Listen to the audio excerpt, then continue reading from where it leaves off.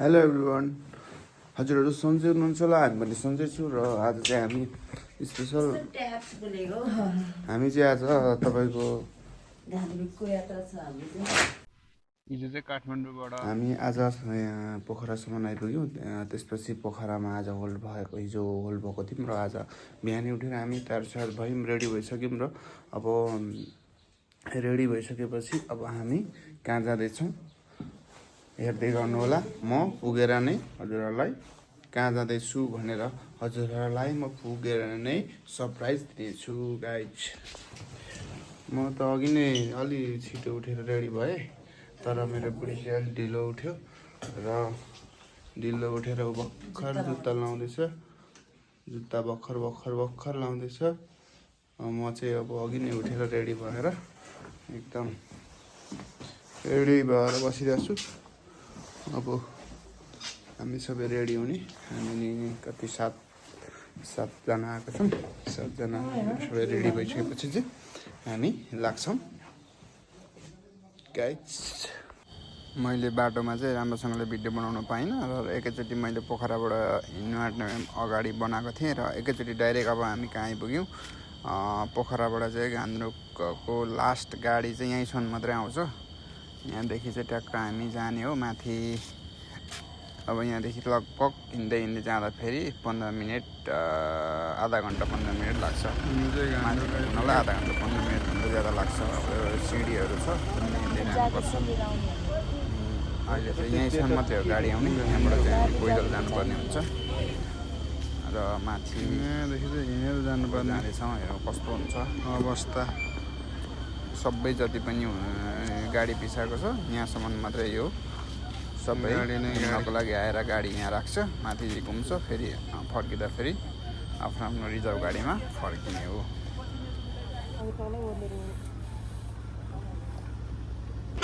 अब चाहिँ हामी चाहिँ वे टु गान्द्रुक देखाएकोपट्टि बिस्तारै पैदल यात्रा माथिसम्म आधा घन्टासम्म पैदल हिँडेर पुग्छौँ।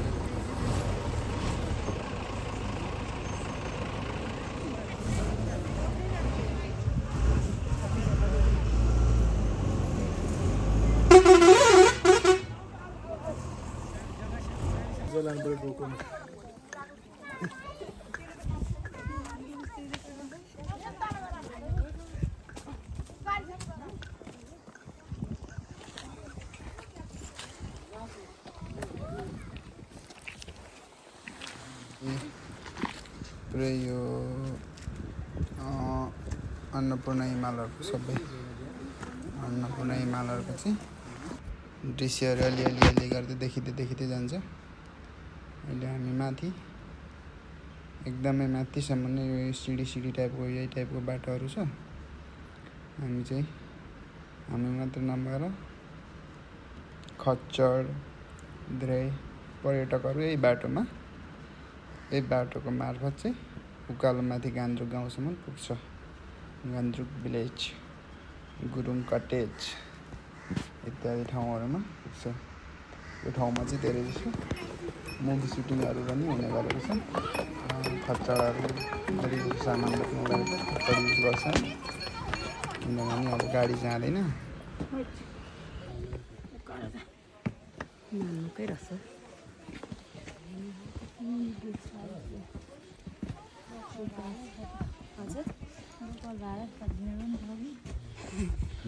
छेउ बिचमा देखिदिनु दिदी यता हेर्नु।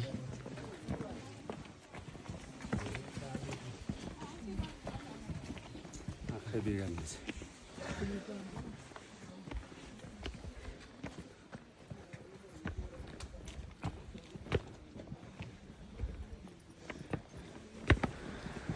उकालोमा एकदमै हिँड्नु चाहिँ एकदमै कठिनाइ।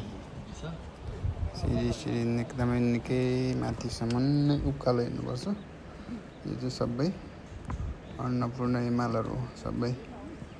त्यहाँ चाहिँ मान्छे कति यहाँ गान्द्रुक गाउँमा बसेर त्यता ट्रेकिङ गर्दै त्यहाँ माथिसम्म पुगेर आउने पनि गर्छ।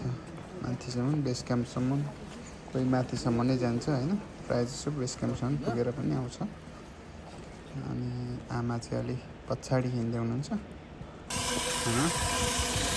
फेरि घट्टा होला एउटा पानी घट्टा जस्तो भेट्यो।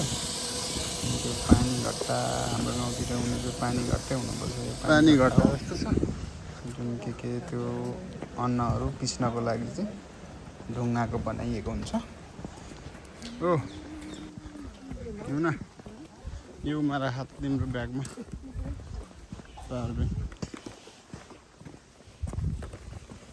कति पर्सेन्ट छ? झर्छ के छ त्यहाँ यता होला।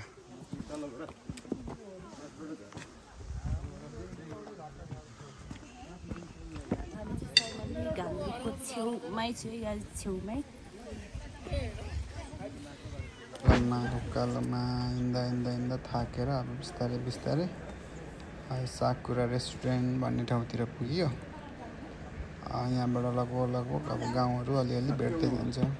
यताको जुन रेस्टुरेन्टहरू होटलहरू होमस्टेहरू चाहिँ यहाँबाट तपाईँहरूले प्रशस्तै पाउनु सक्नुहुन्छ। तर यहाँको अरू ठाउँमा हेरी यो ठाउँमा एकदमै महँगी चाहिँ लास्ट टाइम महँगी नै रहेछ। यहाँको भ्यू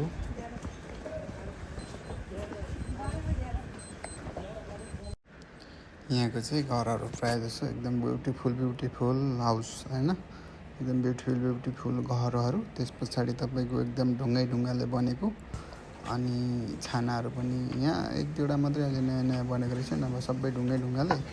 अनि छानाहरू पनि प्राय छतहरू पनि सबै ढुङ्गाले बनाइएको हुन्छ। वाउ कस्तो राम्रो भ्यू छ यहाँबाट। अनि फुलहरू त्यस्तै दामी लगाइएको, भ्यू त्यस्तै दामी। वाउ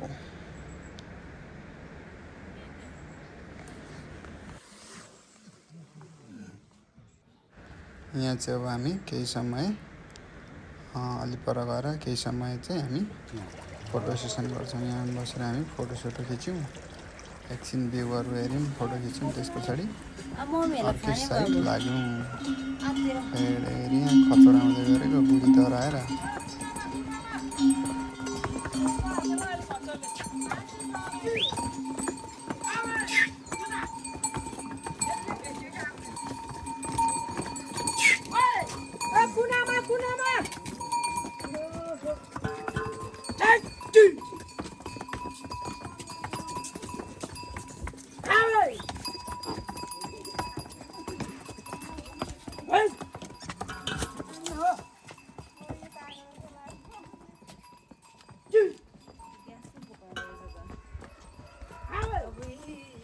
बाबा त कहाँबाट डिल माथि चढेछ? मम्मी हेर्नु गएको नि त, मम्मी सेफ छ कि छैन भनेर। अहिले चाहिँ हामी ठ्याक्कै एकदम दामी बबाल भ्यू देख्ने एकदमै भाइरल भिडियोहरू पनि एकदम भाइरल भएको गुरुङ कटेज भन्ने ठाउँमा चाहिँ पुग्यौँ। Gurung cottage homestay. यहाँ चाहिँ तपाईँले गुरुङको कल्चरको ड्रेसहरू लगाएर चाहिँ तपाईँले फोटो भिडियो खिच्नु सक्नुहुन्छ। त्यो ड्रेस लगाएर फोटो खिच्नुको लागि चाहिँ अलिअलि पैसा लाग्छ। ल अब सबैजना ड्रेस लगाएर पनि रेडी भइसक्नुभयो। गान्तोकबाट त्यही बेलुका फर्क्यौँ पोखरा, र पोखरामा आएर बस्यौँ। र बिहानै यो चाहिँ बिहानको समयमा हो।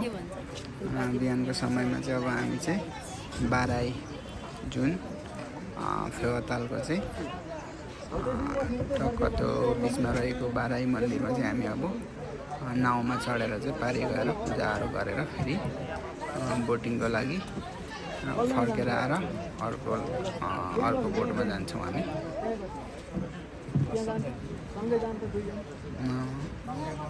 सबैजना हामी टोटल हामी चाहिँ कतिजना छौँ फ्यामिली 7 जना आएको छौँ। बस्दै हुनुहुन्छ। अब पहिलोचोटि सबैको पहिलोचोटि हुनसक्छ हो, त्यसैले पनि अलिक कन्फिडेन्स छैन, त्यही भएर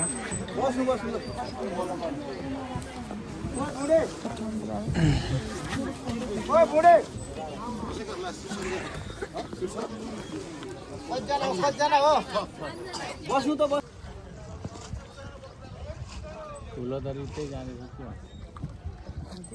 ठुलो चाल्ने यता हेर्नु त बाबा। आमा यता हेर्नु त नहल्नुमै धेरै केही हुँदैन दिदी डर लेखेको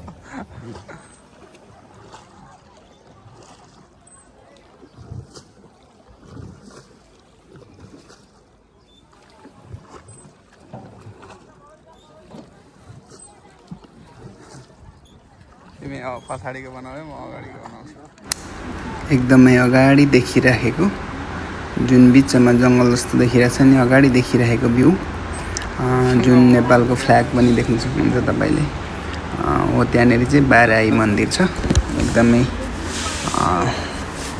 राम्रो एकदमै शुद्ध पानीको बिचमा चाहिँ त्यहाँ बाराही मन्दिर तपाईँ वरबाट चाहिँ बोटिङमा जानु सक्नुहुन्छ बोटिङमा जानुपर्छ बाँकी कहीँबाट ठाउँ छैन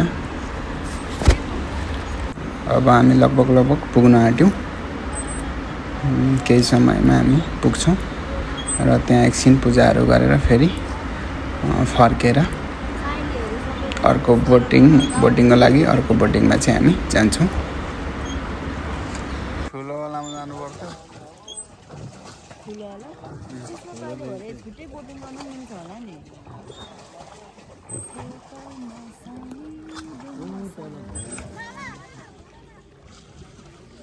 यता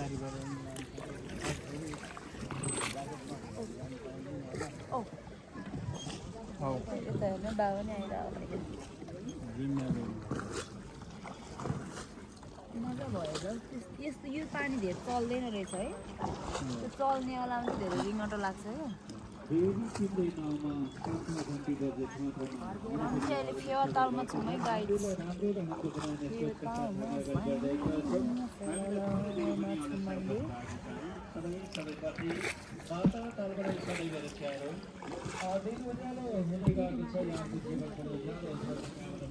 यता फर्केर बसेको भए ठिक हुन्थ्यो सबैजनाको भिडियो निक्लिन्छ नि त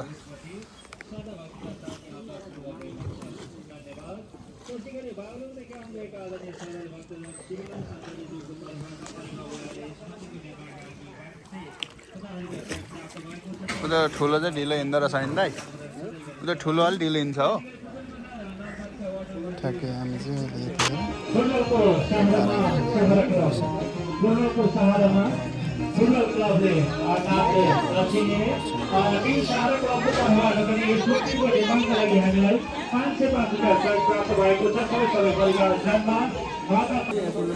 यता चाहिँ बुढी र दिदीको पूजा हुँदैछ यता बाबा मम्मी दुईजना बाबा दुईजना मम्मीको यता चाहिँ पूजा हुँदैछ र अब हुँदै एकदमै रमाएर भजन कीर्तनमा मम्मीहरूको डान्स नृत्य प्रस्तुति हुन थाल्यो एकदमै राम्रो नृत्य प्रस्तुति बाबा चाहिँ एकदम ताली बजाउँदै हुनुहुन्छ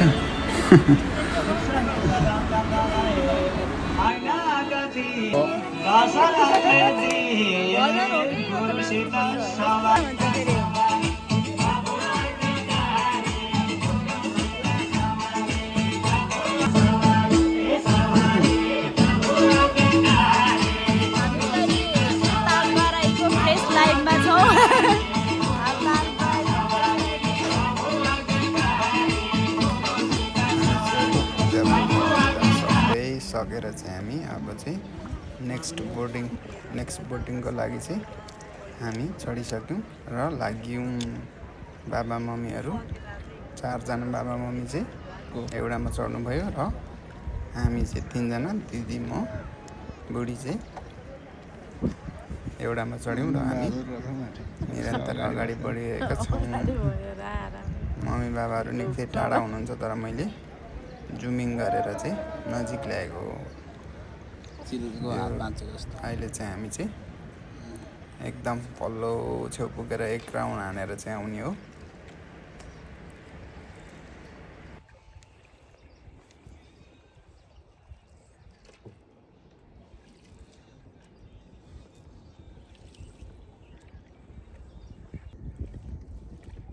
बाँस बोकेर नाच्दैन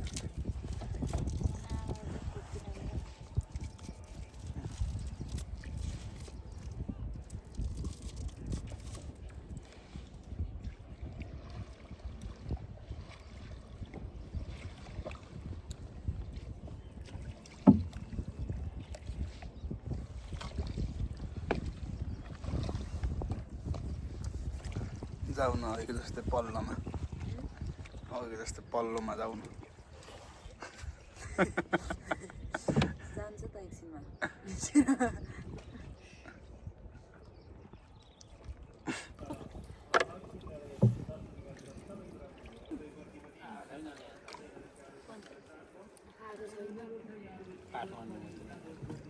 काठमाडौँमा त छैन होला हौ यस्तो तराईमा चाहिँ छैन तर तराईमा यस्तो बोटिङै छैन अर्को खालको छ पानी मेसी ऊ के ताल छ नि एउटा ताल तलया ताल तलैयामा कुदाउँछ चिसो रहेछ पानी वाह रुखले त दामी निस्किहाल्यो त ब्रो रुखले त राम्रो निस्क्यो त बाबाहरू निस्किनु हुँदा छेउमा धेरै पानी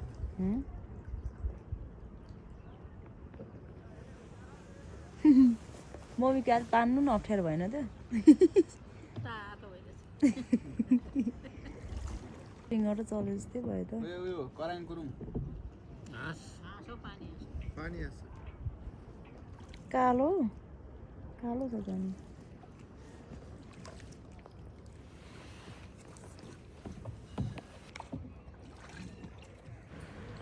हामी फेवाताल पोखराबाट पनि भोलिपल्ट आएर पनि हामी चाहिँ कहाँ गयौँ भोलिपल्ट आयौँ बस्यौँ एक दिन रेस्ट गऱ्यौँ अनि त्यस पछाडि फेरि हामी चन्द्रगिरीमा केबल कार चढ्नुको लागि चाहिँ चन्द्रगिरीमा आइपुग्यौँ र अहिले हामी केबल कारमा छौँ हामी केबल कारमा सबैजना फर्स्टचोटि चढेको फर्स्ट एक्सपिरियन्स हो सबैको एकदमै मजा आइरहेछ अहिले चाहिँ हामी तलबाट माथि जाँदैछौँ केबल कारमा अब लेट्स सी गएर भएन भ्यू चाहिँ बबल देखिन्छ भन्छ माथिबाट पनि होइन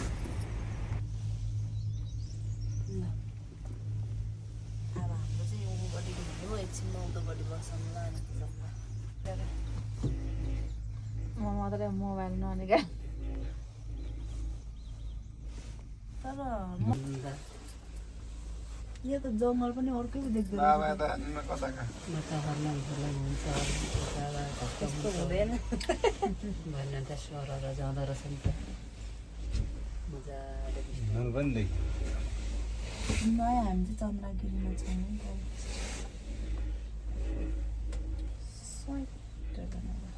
Chandragiri cable car cable car पनि चढियो चढिया ढोक दिया केबल बिराउनु हुँदैन होला है डर पो लाग्यो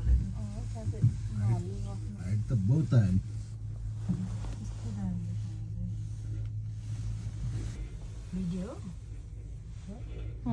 म त फोटो होला के पढ्दै ट्याग गरेर चाहिँ बाबामा पनि खिच्दैछ नि फोटो यता हेर्नु न अलि मजाले त्यो पुरै हातमा राखेर अब त माथि देखिन थाल्यो क्या त्यो खम्बा हेर्दा त देखिन यो खम्बा गयो अन्त उमा